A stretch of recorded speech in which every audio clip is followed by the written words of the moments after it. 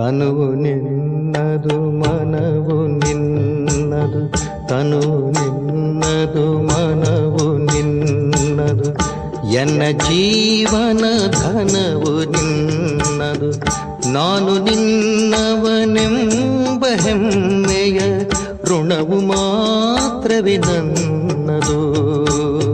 ತನು ನಿನ್ನದು ಮನವು ನಿನ್ನದು.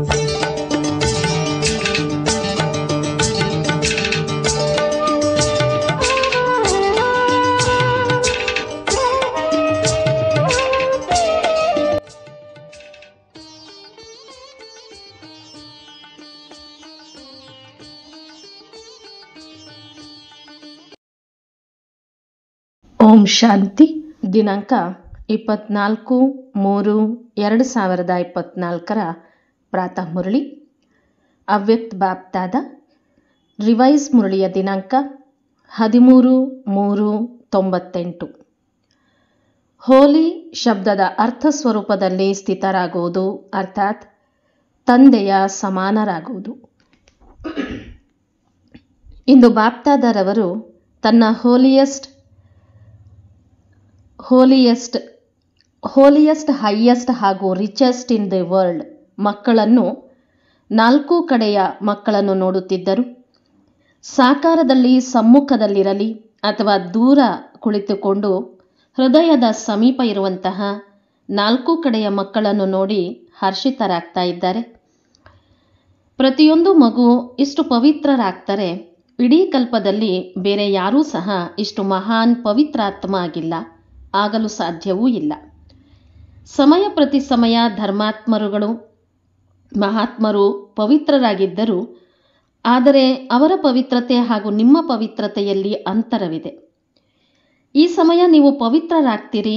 ಇದೇ ಪವಿತ್ರತೆಯ ಪ್ರಾಪ್ತಿ ಹಾಗೂ ಪ್ರಾರಬ್ಧ ಭವಿಷ್ಯ ಅನೇಕ ಜನ್ಮಗಳವರೆಗೂ ತನು, ಮನ, ಧನ, ಸಂಬಂಧ, ಸಂಪರ್ಕ ಹಾಗೂ ಜೊತೆಯಲ್ಲಿ ಆತ್ಮವೂ ಸಹ ಪವಿತ್ರವಾಗಿದೆ. ಶರೀರ ಪವಿತ್ರವಾಗಿರಬೇಕು ಹಾಗೂ ಆತ್ಮವೂ ಪವಿತ್ರವಾಗಿರಬೇಕು. ಇಂತಹ ಪವಿತ್ರತೆಯನ್ನು ನೀವು ಆತ್ಮಗಳು ಪ್ರಾಪ್ತಿ ಮಾಡಿಕೊಳ್ತೀರಿ. ಮನವಚನ ಕರ್ಮ 3 ಪವಿತ್ರ ಆಗೋದರಿಂದ ಇಂತಹ ಪ್ರಾರಬ್ಧ ಪ್ರಾಪ್ತಿಯಾಗ್ತದೆ. ಇಂತಹ ಹೋಲಿಯಸ್ಟ್ ಆತ್ಮರಾಗಿದ್ದೀರಿ. ತಮ್ಮನ್ನು ತಾವು ಈ ರೀತಿ ಶ್ರೇಷ್ಠ ಹೋಲಿಯಸ್ಟ್ ಆತ್ಮನೆಂದು ತಿಳಿತೀರಾ? ಈಗ ಆಗಿದ್ದೀರಾ ಅಥವಾ ಆಗುತ್ತಿರುವಿರಾ? ಆಗುವುದು ಸಹಜವಾಗಿದೆಯೇ ಅಥವಾ ಸ್ವಲ್ಪ ಸ್ವಲ್ಪ ಕಠಿಣವೇ? ಆದರೆ ಕಲ್ಪದ ಹಿಂದೆಯೂ ಸಹ ಆಗಿದ್ದೀರಿ ಹಾಗೂ ಈಗಲೂ ಸಹ ಆಗಲೇಬೇಕು. ಪಕ್ಕಾ ಆಗಿದ್ದೀರಾ ಅಥವಾ ಸ್ವಲ್ಪ ಸ್ವಲ್ಪ ನಡೆಯುತ್ತದೆಯೇ? ಇಲ್ಲ, ಸ್ವಪ್ನ ಮಾತ್ರದಲ್ಲಿಯೂ ಅಪವಿತ್ರತೆ ಸಮಾಪ್ತಿಯಾಗಬೇಕು. ಇಷ್ಟು ನಿಶ್ಚಯ ಇದೆ ಅಲ್ಲವೇ?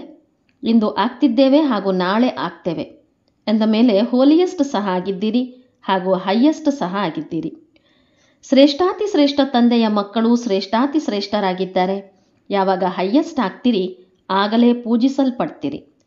ಅಧ್ಯಕ್ಷರಾಗಲಿ ಅಥವಾ ಪ್ರಧಾನಮಂತ್ರಿ ಆಗಿರಲಿ, ಆದರೆ ಅವರು ಪೂಜ್ಯರಾಗೋದಿಲ್ಲ. ತಾವು ಪೂಜ್ಯರಾಗುವಂತಹ ಆತ್ಮಗಳ ಮುಂದೆ ಪೂಜಾರಿಯಾಗಿ ನಮನ ಹಾಗೂ ಪೂಜೆ ಮಾಡ್ತಾರೆ. ಈಗಲೂ ಸಹ ಸ್ವರಾಜ್ಯಾಧಿಕಾರಿಯಾಗ್ತೀರಿ ಹಾಗೂ ಭವಿಷ್ಯದಲ್ಲಿಯೂ ಸಹ ರಾಜರಾಗ್ತೀರಿ. ಇಂತಹ ಹೈಯೆಸ್ಟ್ ಪದವಿಯನ್ನು ಪ್ರಾಪ್ತಿ ಮಾಡಿಕೊಳ್ತೀರಿ. ಜೊತೆಯಲ್ಲಿ ಪ್ರಪಂಚದಲ್ಲೇ ಎಲ್ಲರಿಗಿಂತ ಶ್ರೀಮಂತರಾಗಿದ್ದೀರಿ. ನಿಮ್ಮ ಟೈಟಲ್ ಆಗಿದೆ ಪದಮಾಪದಂಪತಿ ಹಾಗೂ ನಿಮ್ಮ ಬಳಿ ಇಂತಹ ಖಜಾನೆ ಇದೆ. ಯಾವುದು ಕೋಟ್ಯಾಧಿಪತಿ, ಲಕ್ಷಾಧಿಪತಿ, ಕೋಟಿ ಲಕ್ಷದಿಂದಲೂ ಇಂತಹ ಖಜಾನೆ ಪ್ರಾಪ್ತಿ ಮಾಡಿಕೊಳ್ಳಲು ಸಾಧ್ಯವಿಲ್ಲ. ನೀವು ಶ್ರೇಷ್ಠ ಆತ್ಮಗಳು ತಂದೆಯ ಮೂಲಕ ಇಂತಹ ಭಾಗ್ಯವನ್ನು ಮಾಡಿಕೊಳ್ಳುತ್ತಿರುವಿರಿ. ಯಾವುದನ್ನು ಅನುಭವ ಮಾಡುತ್ತೀರಿ ಹಾಗೂ ವರ್ಣನೆಯೂ ಸಹ ಮಾಡ್ತೀರಿ. ನಮ್ಮ ಹೆಜ್ಜೆಯಲ್ಲಿ ಪದಮವಿದೆ ಎಂದು. ಹೆಜ್ಜೆಯಲ್ಲಿ ಪದಮವಿದೆಯೇ ಅಥವಾ 100,000 ಇದೆಯೇ? ಎಷ್ಟೇ ದೊಡ್ಡ ಮಿಲಿಯನರ್ ಸಹ ಇಷ್ಟೊಂದು ಸಂಪಾದನೆಯನ್ನು ಮಾಡಲು ಸಾಧ್ಯವಿಲ್ಲ. ಹೆಜ್ಜೆಯನ್ನು ಇಡುವುದರಲ್ಲಿ ಎಷ್ಟು ಸಮಯ ಹಿಡಿಸುತ್ತದೆ? ಹೆಜ್ಜೆಯನ್ನು ಎಷ್ಟು ಸಮಯ ಹಿಡಿಸುತ್ತದೆ? ಸೆಕೆಂಡ್. 1 ಕ್ಷಣ ಹೋಗಲಿ 2 ಸೆಕೆಂಡ್ ಎಂದುಕೊಳ್ಳಿ. ಒಂದು ವೇಳೆ 2 ಸೆಕೆಂಡ್ ಎಂದು ಹೇಳಿದರೂ ಸಹ 2 ಸೆಕೆಂಡ್ನಲ್ಲಿ ಪದುಮ. ಹಾಗಾದರೆ ಇಡೀ ದಿನದಲ್ಲಿ ಎಷ್ಟು ಪದುಮಗಳಾದವು? ಲೆಕ್ಕ ಹಾಕಿ. ಇಂತಹ ಯಾರಾದರೂ ಮಿಲಿನಿಯರ್ ಇದ್ದಾರೆಯೇ? ಯಾರು ದಿನದಲ್ಲಿ ಇಷ್ಟು ಸಂಪಾದನೆಯನ್ನು ಮಾಡ್ತಾರೆ? ಈ ರೀತಿ ಯಾರಾದರೂ ಇರಲು ಸಾಧ್ಯವೇ? ಅಂದ ಮೇಲೆ ರಿಚೆಸ್ಟ್ ಇನ್ ದಿ ವರ್ಲ್ಡ್ ಆದಿರಿ ಅಲ್ಲವೇ? ನಿಮ್ಮ ಖಜಾನೆ ಇಂಥದ್ದಾಗಿದೆ, ಯಾವುದನ್ನು ಬೆಂಕಿ ಸುಡಲು ಸಾಧ್ಯವಿಲ್ಲ, ನೀರು ಮುಳುಗಿಸಲು ಸಾಧ್ಯವಿಲ್ಲ, ಕಳ್ಳರು ಲೂಟಿ ಮಾಡಲು ಸಾಧ್ಯವಿಲ್ಲ, ರಾಜರು ತಿನ್ನಲು ಸಾಧ್ಯವಿಲ್ಲ. ಇಂತಹ ಖಜಾನೆ ಈ ಪುರುಷೋತ್ತಮ ಸಂಗಮ ಯುಗದಲ್ಲಿಯೇ ಪ್ರಾಪ್ತಿ ಮಾಡಿಕೊಳ್ತೀರಿ. ಹಾಗಾದರೆ ಇಂತಹ ತಮ್ಮ ಸ್ವಮಾನ ಸ್ಮೃತಿಯಲ್ಲಿರುತ್ತದೆಯೇ?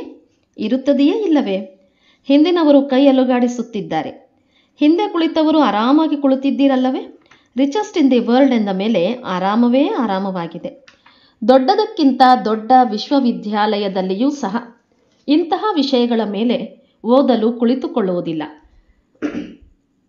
ಆದರೆ ನೀವು ಬೆಗರ್ ಟು ಪ್ರಿನ್ಸ್ ಆಗಿದ್ದೀರಿ, ಭಿಕ್ಷುಕರೂ ಆಗಿದ್ದೀರಿ, ರಾಜಕುಮಾರರೂ ಆಗಿದ್ದೀರಿ. ಸರ್ವ ತ್ಯಾಗ ಎಂದರೆ ಭಿಕ್ಷುಕ, ಸರ್ವ ಪ್ರಾಪ್ತಿಗಳು ಎಂದರೆ ರಾಜಕುಮಾರ. ತ್ಯಾಗದ ಹೊರತು ಇಷ್ಟು ದೊಡ್ಡ ಭಾಗ್ಯ ಸಿಗೋದಿಲ್ಲ. ತ್ಯಾಗದಿಂದಲೇ ಭಾಗ್ಯ ಸಿಕ್ಕಿದೆ. ತನು, ಮನ, ಧನ, ಸಂಬಂಧ ಎಲ್ಲವನ್ನೂ ತ್ಯಾಗ ಮಾಡಿದೆ, ಅರ್ಥಾತ್ ಪರಿವರ್ತನೆ ಮಾಡಿದೆ. ತನು ನನ್ನದರ ಬದಲಾಗಿ ನಿನ್ನದಾಗಿಸಿದೆ. ಮನಸ್ಸು, ಧನ, ಸಂಬಂಧ ಒಂದು ಶಬ್ದವನ್ನು ಪರಿವರ್ತನೆ ಮಾಡೋದರಿಂದ ನನ್ನದರ ಬದಲಾಗಿ ನಿನ್ನದಾಗಿಸಿದೆ. ಒಂದೇ ಶಬ್ದದ ಪರಿವರ್ತನೆಯಾಗಿದೆ.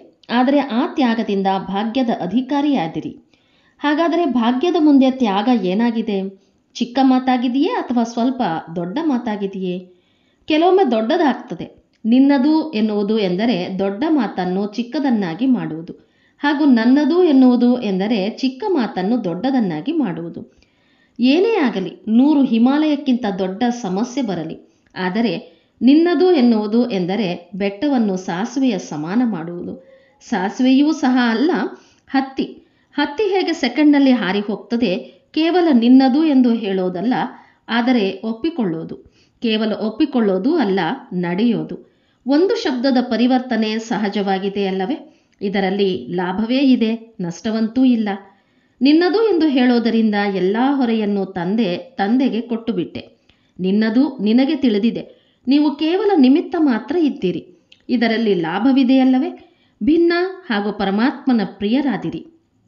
ಯಾರು ಪರಮಾತ್ಮನ ಪ್ರಿಯರಾಗ್ತಾರೆ ಅವರು ವಿಶ್ವಪ್ರಿಯರಾಗ್ತಾರೆ. ಕೇವಲ ಭವಿಷ್ಯದಲ್ಲಿ ಪ್ರಾಪ್ತಿಯಲ್ಲ, ವರ್ತಮಾನವೂ ಸಹ ಇದೆ. ಒಂದು ಕ್ಷಣದಲ್ಲಿ ಅನುಭವ ಮಾಡಿದ್ದೀರಿ, ಇನ್ನಷ್ಟು ಮಾಡಿ ನೋಡಿ. ಯಾವುದೇ ಮಾತು ಬಂದರೂ ಅದನ್ನು ನಿನ್ನದು ಎಂದು ಹೇಳಿಬಿಡಿ, ಒಪ್ಪಿಕೊಂಡು ಬಿಡಿ. ಹಾಗೂ ನಿನ್ನದು ಎಂದು ತಿಳಿದು ಮಾಡಿ, ಆಗ ನೋಡಿ ಹೊರೆ ಹಗುರ ಎನಿಸುತ್ತದೆಯೇ ಅಥವಾ ಇಲ್ಲವೇ ಎಂದು. ಅನುಭವಿಯಾಗಿದ್ದೀರಲ್ಲವೇ? ಎಲ್ಲರೂ ಅನುಭವಿಗಳು ಕುಳಿತಿದ್ದೀರಲ್ಲವೇ?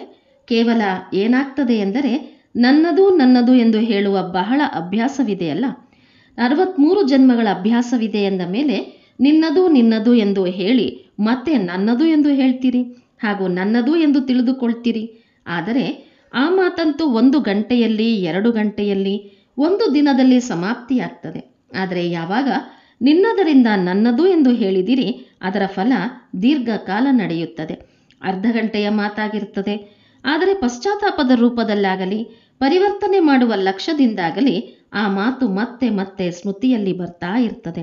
ಆದ್ದರಿಂದ ತಂದೆ ಎಲ್ಲ ಮಕ್ಕಳಿಗೂ ಹೇಳ್ತಾರೆ, ಒಂದು ವೇಳೆ ನನ್ನದು ಶಬ್ದದೊಂದಿಗೆ ಪ್ರೀತಿ ಇದೆ, ಅಭ್ಯಾಸವಿದೆ, ಸಂಸ್ಕಾರವಿದೆ, ಹೇಳಲೇಬೇಕು ಎಂದರೆ ನನ್ನ ಬಾಬಾ ಎಂದು ಹೇಳಿ. ಅಭ್ಯಾಸದಿಂದ ವಶರಾಗಿದ್ದೀರಲ್ಲವೇ? ಹಾಗಾದರೆ ಯಾವಾಗ ನನ್ನದು ಎನ್ನುವುದು ಬರ್ತದೆ, ಆಗ ನನ್ನ ಬಾಬಾ ಎಂದು ಹೇಳಿ ಸಮಾಪ್ತಿ ಮಾಡಿಬಿಡಿ. ಅನೇಕ ನನ್ನದನ್ನು ಒಬ್ಬ ನನ್ನ ತಂದೆಯಲ್ಲಿ ಸಮಾವೇಶ ಮಾಡಿಬಿಡಿ. ರಷ್ಯಾದವರು ಒಂದು ಗೊಂಬೆಯನ್ನು ತರುತ್ತೀರಲ್ಲವೇ? ಅದರಲ್ಲಿ ಗೊಂಬೆಯೊಳಗೆ ಇನ್ನೊಂದು ಗೊಂಬೆ ಸೇರಿ ಒಂದು ಗೊಂಬೆ ಆಗ್ತದೆ. ಅದೇ ರೀತಿ ನೀವು ಸಹ ಒಬ್ಬ ನನ್ನ ತಂದೆಯಲ್ಲಿ ಅನೇಕ ನನ್ನದನ್ನು ಸಮಾವೇಶ ಮಾಡಿಬಿಡಿ, ಸಮಾಪ್ತಿ. ಇದನ್ನು ಮಾಡಲು ಸಾಧ್ಯವೇ? ಮಾಡ್ತೀರಿ, ಆದರೆ ಕೆಲವೊಮ್ಮೆ ನನ್ನದರ ವಿಸ್ತಾರದಲ್ಲಿ ಹೊರಟು ಹೋಗ್ತೀರಿ. ಈಗ ಕೆಲವೊಮ್ಮೆ ಇದೆ, ಸದಾ ನನ್ನದು ನಿನ್ನದಾಗುವುದು. ಇದರಲ್ಲಿ ನಂಬರ್ 1 ಇದ್ದೀರಿ, ನಂಬರ್ 1 ಸಹ ಇದ್ದಾರೆ, A1 ಸಹ ಇದ್ದಾರೆ. ಆದರೆ ಹಿಂದುಳಿದ ನಂಬರ್ ಸಹ ಇದೆ. ಪವಿತ್ರರಾಗಲು ಬಂದಿದ್ದೀರಲ್ಲವೇ? ಹಾಗಾದರೆ ಇದೇ ಮಂತ್ರವನ್ನು ನೆನಪಿಟ್ಟುಕೊಳ್ಳಿ. ನಾನು ಆಗಿದ್ದೇನೆ, ಪರಮಾತ್ಮ ಪರಿವಾರದಲ್ಲಿ ಸೇರಿದ್ದೇನೆ, ಅರ್ಥಾತ್ ಆಗಿಬಿಟ್ಟಿದ್ದೇನೆ. ಹಾಗಾದರೆ ಇಂತಹ ಹೋಲಿ ಆಚರಿಸಿದ್ದೀರಾ? ಈಗ ಏನು ಮಾಡಬೇಕು? ಇನ್ನು ಸುಡಬೇಕಾ ಅಥವಾ ಸುಟ್ಟು ಹಾಕಿಬಿಟ್ಟಿದ್ದೀರಾ? ಇದಕ್ಕಾಗಿ ಹೌದು ಎಂದು ಹೇಳುತ್ತಿಲ್ಲ, ಯೋಚಿಸುತ್ತಿದ್ದೀರಾ? ನೋಡಿ, ಭಕ್ತಿ ಮಾರ್ಗದಲ್ಲಿ ಏನೆಲ್ಲ ಉತ್ಸವ ಆಚರಿಸ್ತಾರೆ ನೆನಪಾರ್ಥವಿದೆ. ಅದನ್ನು ಒಂದೊಂದು ಅರ್ಥದಿಂದ ಮಾಡಲಾಗಿದೆ. ಮೊದಲು ಸುಡುವುದು, ನಂತರ ಆಚರಿಸುವುದು. ಮೊದಲು ಆಚರಿಸಿ ನಂತರ ಸುಡುವುದಲ್ಲ, ಆದರೆ ಮೊದಲು ಭಸ್ಮ ಮಾಡುವುದು. ಅಶುದ್ಧವನ್ನು, ಬಲಹೀನತೆಗಳನ್ನು, ಕೆಟ್ಟದ್ದನ್ನು ಸುಡಬೇಕು, ನಂತರ ಆಚರಿಸಬೇಕು. ನೀವಂತೂ ಬಹಳ ಮೊದಲೇ ಸುಟ್ಟು ಹಾಕಿದ್ದೀರಿ ಅಲ್ಲವೇ? ಇದುವರೆಗೂ ಸ್ವಲ್ಪ ಕೊನೆಯ ಬಟ್ಟೆ ಉಳಿದುಕೊಂಡು ಬಿಟ್ಟಿದೆಯೇ? ಪಾಂಡವರು ಶರ್ಟ್ ಅಥವಾ ಶಾಲನ್ನು ಹಾಕಿಕೊಳ್ತೀರಿ, ಅದರ ತುಂಡು ಉಳಿದುಕೊಂಡು ಬಿಟ್ಟಿದೆಯೇ? ಯಾರದ್ದೂ ಕೊನೆಯ ತುಂಡು ಬಟ್ಟೆ ಉಳಿದುಕೊಂಡಿಲ್ಲ ತಾನೆ? ವಾಸ್ತವದಲ್ಲಿ ನೋಡಿ, ಆತ್ಮಿಕ ಆಚರಣೆ ಹಾಗೂ ಆ ಆಚರಣೆಯಿಂದ ಶಕ್ತಿ, ಅತೀಂದ್ರಿಯ ಸುಖ ಅನುಭವ ಮಾಡುವುದು. ಯಾವಾಗ ಸುಟ್ಟು ಹಾಕುವಿರಿ ಆಗಲೇ ಅನುಭವ ಮಾಡಲು ಸಾಧ್ಯ. ಮನೋರಂಜನೆಯ ರೀತಿಯಲ್ಲಿ ಆಚರಿಸುವುದು ಇದು ಬೇರೆ ಮಾತಾಗಿದೆ. ಈ ಸಂಗಮ ಯುಗವಂತೂ ಮೋಜುಗಳ ಯುಗವಾಗಿದೆ. ಅದರಿಂದ ಮನೋರಂಜನೆಯ ರೀತಿಯಲ್ಲಿಯೂ ಸಹ ಆಚರಿಸುತ್ತೀರಿ. ಇನ್ನಷ್ಟು ಆಚರಿಸಿ, ಚೆನ್ನಾಗಿ ಆಚರಿಸಿ. ಆದರೆ ಪರಮಾತ್ಮನ ರಂಗಿನಲ್ಲಿ ರಂಗಿತರಾಗುವುದು, ಅರ್ಥಾತ್ ತಂದೆಯ ಸಮಾನರಾಗುವುದು. ಇದಾಗಿದೆ ರಂಗಿನಲ್ಲಿ ಮುಳುಗಿ ಹೋಗುವುದು. ಹೇಗೆ ತಂದೆ ಅಶರೀರಿಯಾಗಿದ್ದಾರೆ, ಅವ್ಯಕ್ತರಾಗಿದ್ದಾರೆ, ಅದೇ ರೀತಿ ಅಶರೀರಿತನದ ಅನುಭವ ಮಾಡುವುದು ಹಾಗೂ ಅವ್ಯಕ್ತ ಫರಿಷ್ಠಾತನದ ಅನುಭವ ಮಾಡುವುದು. ಇದಾಗಿದೆ ರಂಗಿನಲ್ಲಿ ಮುಳುಗಿ ಹೋಗುವುದು.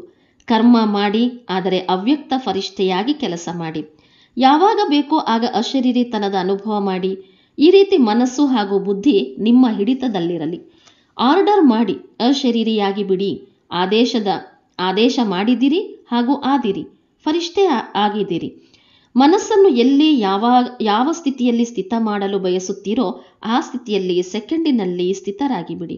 ಹೀಗಲ್ಲ, ಜಾಸ್ತಿ ಸಮಯ ಸಿಕ್ಕಿಲ್ಲ, 5 ಸೆಕೆಂಡ್ ಹಿಡಿಸಿತು, 2 ಸೆಕೆಂಡ್ ಬೇಕಾಯಿತು. ಆರ್ಡರ್ ಸಿಕ್ಕ ತಕ್ಷಣ ಆಗಿಲ್ಲ ಅಲ್ಲವೇ? ಕಂಟ್ರೋಲ್ ಮಾಡುವುದರಲ್ಲಿಯೇ ಇದ್ದು ಬಿಟ್ಟಿಲ್ಲ ತಾನೆ? ಯಾವುದೇ ಪರಿಸ್ಥಿತಿ ಇರಲಿ, ಏರುಪೇರಿರಲಿ, ಆದರೆ ಏರುಪೇರಿನಲ್ಲಿಯೂ ಸಹ ಅಚಲರಾಗಿ ಬಿಡಿ. ಇಂತಹ ನಿಯಂತ್ರಣ ಶಕ್ತಿ ಇದೆಯೇ? ಅಥವಾ ಯೋಚಿಸುತ್ತಾ ಅಶರೀರಿಯಾಗಿ ಬಿಡಬೇಕು, ಅಶರೀರಿ ಆಗಬೇಕು, ಇದರಲ್ಲೇ ಸಮಯ ಕಳೆದು ಹೋಗುತ್ತದೆಯೇ? ಕೆಲವು ಮಕ್ಕಳು ಬಹಳ ಭಿನ್ನ ಫೋಸ್ ಬದಲಾಯಿಸ್ತಾ ಇರ್ತಾರೆ. ಬಾಬಾರವರು ನೋಡ್ತಾ ಇರ್ತಾರೆ, ಯೋಚಿಸ್ತಾರೆ ಅಶರೀರಿಯಾಗಬೇಕು, ಮತ್ತು ನಂತರ ಯೋಚಿಸ್ತಾರೆ ಅಶರೀರಿ ಎಂದರೆ ಆತ್ಮರೂಪದಲ್ಲಿ ಸ್ಥಿತರಾಗುವುದು. ಹೌದು, ನಾನು ಆತ್ಮನಾಗಿದ್ದೇನೆ, ಶರೀರವಂತೂ ಅಲ್ಲ, ಆತ್ಮನಾಗಿದ್ದೇನೆ. ನಾನು ಬರ್ತಾ ಆತ್ಮನೇ ಆಗಿದ್ದೆ, ಮತ್ತೆ ಆತ್ಮನೇ ಆಗಬೇಕು. ಈಗ ಈ ಯೋಚನೆಯಲ್ಲಿಯೇ ಅಶರೀರಿಯಾಗಿದ್ದೀರಾ ಅಥವಾ ಯುದ್ಧ ಮಾಡಿದ್ದೀರಾ? ನನ್ನ ಮನಸ್ಸಿಗೆ ಆರ್ಡರ್ ಮಾಡಿದ್ದೀರಿ ಸೆಕೆಂಡ್ನಲ್ಲಿ ಅಶರೀರಿಯಾಗಬೇಕು ಎಂದು. ಅಶರೀರಿ ಎಂದರೆ ಏನು ಎಂದು ಯೋಚಿಸಲು ಹೇಳಿದ್ದೀರಾ? ಯಾವಾಗ ಆಗುವಿರಿ, ಯಾರು ಆಗುವರು? ಆದೇಶವನ್ನಂತೂ ಪಾಲಿಸಲಿಲ್ಲ. ಇದಂತೂ ನಿಯಂತ್ರಣ ಶಕ್ತಿಯಾಗಿಲ್ಲ. ಈಗ ಸಮಯ ಪ್ರಮಾಣ ಇದೇ ಅಭ್ಯಾಸದ ಅವಶ್ಯಕತೆ ಇದೆ. ಒಂದು ವೇಳೆ ನಿಯಂತ್ರಣ ಶಕ್ತಿ ಇಲ್ಲದಿದ್ದರೆ ಹಲವಾರು ಪರಿಸ್ಥಿತಿಗಳು ಏರುಪೇರಿನಲ್ಲಿ ತಂದು ಬಿಡುವುದು. ಆದ್ದರಿಂದ ಒಂದು ಹೋಲಿ ಶಬ್ದವನ್ನೇ ನೆನಪು ಮಾಡಿದರೂ ಸಹ ಸರಿ. ಹೋಲಿ ಎಂದರೆ ಆಗಿದ್ದು ಆಗಿ ಹೋಯಿತು, ಕಳೆದದ್ದು ಕಳೆದು ಹೋಯಿತು, ಹಾಗೂ ಹೋಲಿ ತಂದೆಯವರಾಗಿ ಬಿಟ್ಟೆವು. ಇನ್ನೇನು ಹೋಲಿ ಎಂದರೆ ಪವಿತ್ರ ಆತ್ಮ ಆಗಿಬಿಟ್ಟೆವು. ಒಂದು ಹೋಲಿ ಎಂಬ ಶಬ್ದವನ್ನು ನೆನಪು ಮಾಡಿಕೊಂಡರೆ ಒಂದು ಹೋಲಿ ಶಬ್ದದ 3 ಅರ್ಥವನ್ನು ಉಪಯೋಗಿಸಿಕೊಳ್ಳಿ. ವರ್ಣನೆ ಮಾಡಬೇಡಿ. ಹೌದು, ಹೋಲಿ ಎಂದರೆ ಕಳೆದದ್ದು ಕಳೆದು ಹೋಯಿತು, ಹೌದು, ಆಗಿದ್ದು ಆಗಿ ಹೋಯಿತು. ಈ ರೀತಿ ಕೇವಲ ಯೋಚಿಸುತ್ತಿರುವುದು, ವರ್ಣನೆ ಮಾಡುತ್ತಿರುವುದು ಈ ರೀತಿಯಲ್ಲ. ಆದರೆ ಸ್ವರೂಪದಲ್ಲಿ ಸ್ಥಿತರಾಗಿ ಬಿಡಿ. ಯೋಚಿಸದೆ ಮತ್ತು ಹಾಗೆ ಬಿಟ್ಟೆನು, ಹೀಗಲ್ಲ. ಯೋಚಿಸುತ್ತಿದ್ದರೂ ಯೋಚನೆಯಲ್ಲೇ ಕಳೆದು ಹೋದೆ ಅಲ್ಲ, ಏನು ಯೋಚಿಸಿದೆ ಅದು ಆಗಿಬಿಟ್ಟೆನು, ಇಂತಹ ಸ್ಥಿತಿ ಆಯಿತು. ಈಗ ಸಮಯ ಪ್ರಮಾಣ ನೀವು ಪ್ರತಿಯೊಬ್ಬರೂ ನಿಮಿತ್ತರಾಗಿರುವಂತಹ, ಸದಾ ನೆನಪು ಹಾಗೂ ಸೇವೆಯಲ್ಲಿರುವಂತಹ ಆತ್ಮಗಳಿಗೆ ಸ್ವಪರಿವರ್ತನೆಯಿಂದ ವಿಶ್ವ ಪರಿವರ್ತನೆಯ ಪ್ರಕಂಪನ ಶಕ್ತಿಶಾಲಿ ಆಗಿ ಹಾಗೂ ತೀವ್ರಗತಿಯಿಂದ ವೃದ್ಧಿಸಬೇಕು. 4 ಕಡೆ ಮನಸ್ಸಿನ ದುಃಖ ಹಾಗೂ ಅಶಾಂತಿ, ಮನಸ್ಸಿನ ತೊಂದರೆಗಳು ಬಹಳ ತೀವ್ರಗತಿಯಿಂದ ಹೆಚ್ಚುತ್ತಿವೆ. ಬಾಪ್ದಾದರವರಿಗೆ ವಿಶ್ವದ ಆತ್ಮಗಳ ಮೇಲೆ ದಯೆ ಬರ್ತದೆ. ಎಷ್ಟು ತೀವ್ರಗತಿಯಿಂದ ದುಃಖದ ಅಲೆಗಳು ಹೆಚ್ಚುತ್ತಿವೆ, ಅಷ್ಟೇ ನೀವು ಸುಖದಾತನ ಮಕ್ಕಳು ತಮ್ಮ ಮನಸ್ಸಿನ ಶಕ್ತಿಯಿಂದ, ಮನಸಾ ಸೇವೆ ಹಾಗೂ ಸಕಾಶದ ಸೇವೆಯಿಂದ, ವೃತ್ತಿಯಿಂದ 4 ಕಡೆ ಸುಖದ ಅಂಜಲಿಯ ಅನುಭವ ಮಾಡಿಸಿ. ತಂದೆಯನ್ನಂತೂ ಕರೆಯುತ್ತಲೇ ಇರ್ತಾರೆ, ಆದರೆ ನೀವು ಪೂಜ್ಯ ದೇವಾತ್ಮರನ್ನು ಸಹ ಯಾವುದಾದರೂ ಒಂದು ರೂಪದಲ್ಲಿ ಕರೀತಾ ಇರ್ತಾರೆ. ಹಾಗಾದರೆ ಹೇ ದೇವಾತ್ಮಗಳೇ, ಪೂಜ್ಯಾತ್ಮರೇ, ತಮ್ಮ ಭಕ್ತ ಆತ್ಮಗಳಿಗೆ ಸಕಾಶ ಕೊಡಿ. ವಿಜ್ಞಾನದವರು ಸಹ ಯೋಚಿಸುತ್ತಾರೆ, ಇಂಥ ಸಂಶೋಧನೆಯನ್ನು ಮಾಡಬೇಕು, ಇದರಿಂದ ದುಃಖ ಸಮಾಪ್ತಿಯಾಗಬೇಕು. ಸಾಧನ ಸುಖದ ಜೊತೆಗೆ ದುಃಖವನ್ನು ಸಹ ಕೊಡುತ್ತದೆ. ಆದರೆ ದುಃಖವಿರದಿರಲಿ, ಕೇವಲ ಸುಖದ ಪ್ರಾಪ್ತಿ ಇರಬೇಕು, ಇದಕ್ಕಾಗಿ ಅವಶ್ಯವಾಗಿ ಯೋಚಿಸ್ತಾರೆ. ಆದರೆ ಸ್ವಯಂನ ಆತ್ಮನಲ್ಲೇ ಅವಿನಾಶಿ ಸುಖದ ಅನುಭವ ಇಲ್ಲದಿದ್ದರೆ ಅನ್ಯರಿಗೆ ಹೇಗೆ ಕೊಡಲು ಸಾಧ್ಯ? ಆದರೆ ನಿಮ್ಮೆಲ್ಲರ ಬಳಿ ಸುಖದ, ಶಾಂತಿಯ, ನಿಸ್ವಾರ್ಥ, ಸತ್ಯಪ್ರೀತಿಯ ಸ್ಟಾಕ್ ಜಮಾ ಇದೆ. ಜಮಾ ಇದೆಯೇ? ಅಥವಾ ಎಷ್ಟು ಒಟ್ಟುಗೂಡಿಸುತ್ತೀರಿ ಅಷ್ಟು ಖರ್ಚಾಗಿ ಹೋಗುತ್ತದೆಯೇ? ಇದನ್ನೂ ಸಹ ಪರಿಶೀಲಿಸಿಕೊಳ್ಳಿ. ಜಮಾ ಆಗುತ್ತಿದೆ, ಆದರೆ ಜಮಾದ ಜೊತೆ ಜೊತೆ ಖರ್ಚು ಆಗಿ ಹೋಗುತ್ತಿಲ್ಲ ತಾನೆ? ಜ್ಞಾನದ ಖಜಾನೆಯಂತೂ ಖರ್ಚು ಮಾಡುವುದರಿಂದ ವೃದ್ಧಿಯಾಗ್ತದೆ, ಕಡಿಮೆ ಆಗುವುದಿಲ್ಲ. ಒಂದು ವೇಳೆ ಮತ್ತೆ ಮತ್ತೆ ತನ್ನ ಸ್ವಭಾವ, ಸಂಸ್ಕಾರ ಹಾಗೂ ಮಾಯೆಯ ಕಡೆಯಿಂದ ಬಂದಿರುವಂತಹ ಸಮಸ್ಯೆಗಳಲ್ಲಿ ತಮ್ಮ ಶಕ್ತಿಗಳನ್ನು ಉಪಯೋಗಿಸುತ್ತೀರಿ ಎಂದರೆ ಜಮಾದ ಖಾತೆ ಕಡಿಮೆಯಾಗ್ತದೆ. ಹಾಗಾದರೆ ಚೆಕ್ ಮಾಡಿ. ಜಮಾ ಮಾಡಿದಿರಿ, ಆದರೆ ಖರ್ಚು ಕೂಡ ಮಾಡಿದಿರಿ, ಬಾಕಿ ಖಾತೆಯಲ್ಲಿ ಎಷ್ಟು ಉಳಿಯಿತು? ಸಂಪಾದಿಸಿದಿರಿ ಹಾಗೂ ತಿಂದಿರಿ, ಹೀಗಂತೂ ಆಗುತ್ತಿಲ್ಲ ತಾನೆ? 2 ದಿನ ಸಂಪಾದನೆ ಮಾಡಿದೆ ಹಾಗೂ 1 ದಿನ ಇಷ್ಟು ಕಳೆದುಕೊಂಡೆ. ಯಾವುದರಿಂದ ಜಮಾ ಮಾಡಿದ್ದನ್ನು ಸಹ ಖರ್ಚು ಮಾಡಬೇಕಾಯಿತು. ಇಂತಹ ಖಾತೆಯಂತೂ ಇಲ್ಲ ತಾನೆ? ಈ ರೀತಿ ಸಂಪಾದನೆ ಮಾಡಿದೆ ಹಾಗೂ ತಿಂದು ಬಿಟ್ಟೆ, ಅಥವಾ ತನ್ನ ಪ್ರತಿ ಉಪಯೋಗಿಸಿ ಸಮಾಪ್ತಿ ಮಾಡಿದರೆ 21 ಜನ್ಮಗಳಿಗಾಗಿ ಏನನ್ನು ಜಮಾ ಮಾಡಿದಿರಿ? ಜಮಾ ಮಾಡಿದರೆ ಖುಷಿಯಾಗ್ತದೆ, ಆದರೆ ಖರ್ಚಿನ ಲೆಕ್ಕವನ್ನು ತೆಗೆಯದಿದ್ದರೆ ಸಮಯದಲ್ಲಿ ಮೋಸ ಹೋಗುವಿರಿ. ಜಮಾದ ಖಾತೆಯನ್ನು ನೋಡಿ, ಅದರ ಜೊತೆ ಜೊತೆ ತಮ್ಮ ಪ್ರತಿ ಎಷ್ಟು ಖರ್ಚು ಮಾಡಿದೆ? ಅನ್ಯರಿಗೆ ಯಾವುದಾದರೂ ಗುಣದಾನ ಮಾಡಿದ್ದೇನೆಯೇ? ಶಕ್ತಿ ಕೊಟ್ಟಿದ್ದೇನೆಯೇ? ಜ್ಞಾನದ ಖಜಾನೆ ಕೊಟ್ಟಿದ್ದೇನೆಯೇ? ಇದು ಖರ್ಚಲ್ಲ, ಇದು ಜಮಾದ ಖಾತೆಯಲ್ಲಿ ಜಮಾ ಆಗ್ತದೆ. ಆದರೆ ತಮ್ಮ ಪ್ರತಿ ಸಮಯ ಖರ್ಚು ಮಾಡಿಕೊಳ್ತಾ ಹೋದರೆ ಖಾತೆ ಖಾಲಿಯಾಗಿ ಹೋಗ್ತದೆ. ಆದ್ದರಿಂದ ಚೆನ್ನಾಗಿ ವಿಶಾಲ ಬುದ್ಧಿಯಿಂದ ಪರಿಶೀಲನೆ ಮಾಡಿ. ಜಮಾದ ಖಾತೆ ಬಹಳ ಉದ್ದವಾಗಿ, ಅಗಲವಾಗಿ ಬೇಕಾಗಿದೆ, ಸಹಜವಾಗಿದೆ. ಆದರೆ ಪ್ರತಿಯೊಂದು ಹೆಜ್ಜೆಯಲ್ಲಿ ಪದುಮದಷ್ಟು ಜಮಾ ಮಾಡ್ತಾ ಹೋಗಿ, ಆಗ ಜಮಾದ ಖಾತೆ ಬಹಳ ದೊಡ್ಡದಾಗುವುದು. ಹಾಗಾದರೆ ಚೆಕ್ ಮಾಡಿಕೊಳ್ಳಿ. ಪ್ರತಿಯೊಂದು ಕರ್ಮ ಹಾಗೂ ಹೆಜ್ಜೆ ಬ್ರಹ್ಮ ತಂದೆಯ ಸಮಾನ ಇರುತ್ತದೆಯೇ? ಅನುಭವಿಯಾಗಿದ್ದೀರಿ. ಯಾವಾಗ ಯಾರಾದರೂ ಒಳ್ಳೆಯ ಕರ್ಮ ಮಾಡ್ತಾರೆ ಎಂದರೆ ಕರ್ಮದ ಫಲ ಅದೇ ಸಮಯ ಪ್ರತ್ಯಕ್ಷ ರೂಪದಲ್ಲಿ ಖುಷಿ, ಶಕ್ತಿ ಹಾಗೂ ಸಫಲತೆಯ ಕಾರಣ ಡಬಲ್ ಲೈಟ್ ಆಗಿರುತ್ತೀರಿ. ಏಕೆಂದರೆ ನೆನಪಿರ್ತದೆ, ತಂದೆಯ ಜೊತೆಯಲ್ಲಿದ್ದು ಕರ್ಮ ಮಾಡಿದೆ ಹಾಗೂ ಒಂದು ವೇಳೆ ಈಗ ಯಾವುದಾದರೂ ವಿಕರ್ಮವಾಯಿತು, ಆಗ ಅದರ ಪಶ್ಚಾತ್ತಾಪ ಬಹಳ ದೀರ್ಘಕಾಲದ್ದಾಗಿದೆ. ಹಾಗೆ ನೋಡಿದರೆ ಈಗ ಯಾವುದೇ ವಿಕರ್ಮ ಆಗುವಂತಿಲ್ಲ. ಆ ಸಮಯ ಈಗ ಕಳೆದು ಹೋಯಿತು. ಆದರೆ ಈಗ ಯಾವುದೇ ವ್ಯರ್ಥ ಸಂಕಲ್ಪ ಅಥವಾ ವ್ಯರ್ಥ ಕರ್ಮ, ವ್ಯರ್ಥ ಮಾತು, ವ್ಯರ್ಥ ಸಂಬಂಧ ಸಂಪರ್ಕವೂ ಸಹ ಇರಬಾರದು.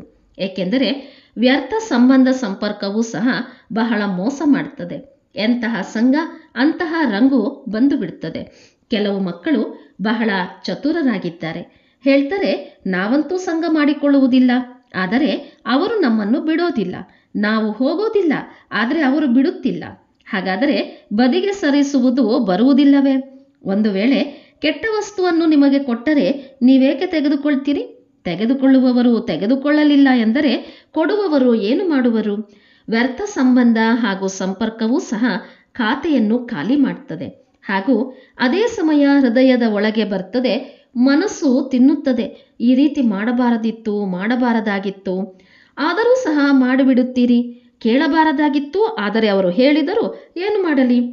ಆದರೆ ಒಂದು ವೇಳೆ ಪುರುಷಾರ್ಥಿಯಾಗಿದ್ದಲ್ಲಿ ವ್ಯರ್ಥ ಕರ್ಮವೂ ಸಹ ಆಗಬಾರದು. ಹುಡುಗಾಟಿಕೆ ಇದ್ದರಂತೂ ಮುಗಿದು ಹೋಯಿತು, ಆರಾಮಾಗಿ ಮಲಗಿಬಿಡಿ. ತ್ರೇತಾಯುಗದಲ್ಲಿ ಬನ್ನಿ. ಆದರೆ ಒಂದು ವೇಳೆ ಪುರುಷಾರ್ಥವಿದ್ದರೆ ಅದೇ ಸಮಯದಲ್ಲಿ ಬರ್ತದೆ, ಮನಸ್ಸು ತಿನ್ನುತ್ತದೆ, ಈ ರೀತಿ ಮಾಡಬಾರದು, ಆದರೂ ಸಹ ಮಾಡುತ್ತೀರಿ ಎಂದರೆ ಬಾಪ್ತಾದರವರು ಹೇಳ್ತಾರೆ, ಇಂತಹ ಮಕ್ಕಳು ಸಹ ಅದ್ಭುತವಾಗಿದ್ದಾರೆ. ಬಯಸದಿದ್ದರೂ ಮಾಡ್ತಾ ಇರ್ತಾರೆ, ಮನಸ್ಸು ತಿನ್ನುತ್ತಾ ಇರ್ತದೆ ಹಾಗೂ ಕೇಳಿಸಿಕೊಳ್ತಾ ಇರ್ತಾರೆ, ಮಾಡುತ್ತಲೂ ಇರ್ತಾರೆ. ಅಂದ ಮೇಲೆ ಬಹಳ ಶಕ್ತಿಶಾಲಿ ಆತ್ಮಗಳಾಗಿದ್ದಾರೆ. ಆದ್ದರಿಂದ ವ್ಯರ್ಥದ ಮೇಲೆ ಗಮನವಿಟ್ಟು ಪರಿಶೀಲನೆ ಮಾಡಿ. ಒಳ್ಳೆಯದು.